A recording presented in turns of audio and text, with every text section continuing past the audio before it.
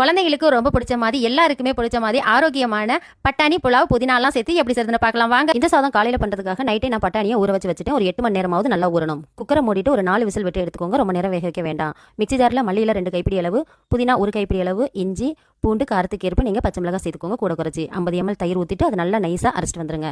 இப்போ இதை அரைச்சது நமக்கு ஓரமாக இருக்கட்டும். பட்டாணி நமக்கு 4 விசில் வச்சோம், சூப்பராக வெந்துருச்சு. இப்போ அது ஓரமாக இருக்கட்டும். கடைவனை ஹீட் பண்ணிட்டு 4 டேபிள் ஸ்பூன் நெய் ஊற்றிக்கோங்க. ஆயில் ரீஃபண்ட் ஆயில் சேர்த்துக்கோங்க. பட்டை கிராம்பு ஏலக்காய் வெங்காயம் எல்லாம் சேர்த்துட்டு முருகலாக வறுத்து விட்டுருங்க.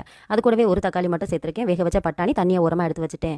பச்சை மிளகாய் ஒரு 3 சேர்த்துருங்க. தேவையான அளவு உப்பு, அரைச்சி வச்சிருக்க மசாலா எல்லாத்தையும் இதில் சேர்த்து விட்டுட்டு ஆயில் பிரிஞ்சு வர வரைக்கும் நல்லா கலந்து விட்டுருங்க. இந்த மாதிரி 1 கப் ரைஸ் எடுத்திருக்கேன். அதில் 2 கப் அளவு தண்ணி ஊற்றிக்கலாம். இதில் வந்து பட்டாணி வேக வச்ச தண்ணியும் நான் சேர்த்துருக்கேன். அடுத்ததான் வந்து நல்லா கொதிச்சதுக்கு அப்புறமா பாசுமதி அரிசி வந்து ஆல்ரெடி ஒரு 10 நிமிஷம் ஊற வச்சிருந்தேன், அதையும் நான் சேர்த்துக்கிட்டேன். இப்போ இது எல்லாமே இந்த அளவுக்கு தண்ணி வத்தி வந்ததுக்கு அப்புறமா ஒரு மூடியை போட்டு நல்லா மூடி விட்டுருங்க. அடுப்பு நல்லா சிம்ல வச்சிட்டீங்கன்னா சூப்பரான சுவையான பட்டாணி புலாவ் ரெடி ஆயிரும். இது கூடவே 65 ரைத்தா செஞ்சிருக்கேன். ரொம்பவே டேஸ்டா இருந்துச்சு. வாரத்தில் ஒரு முறை ட்ரை பண்ணி பாருங்க. பாய்.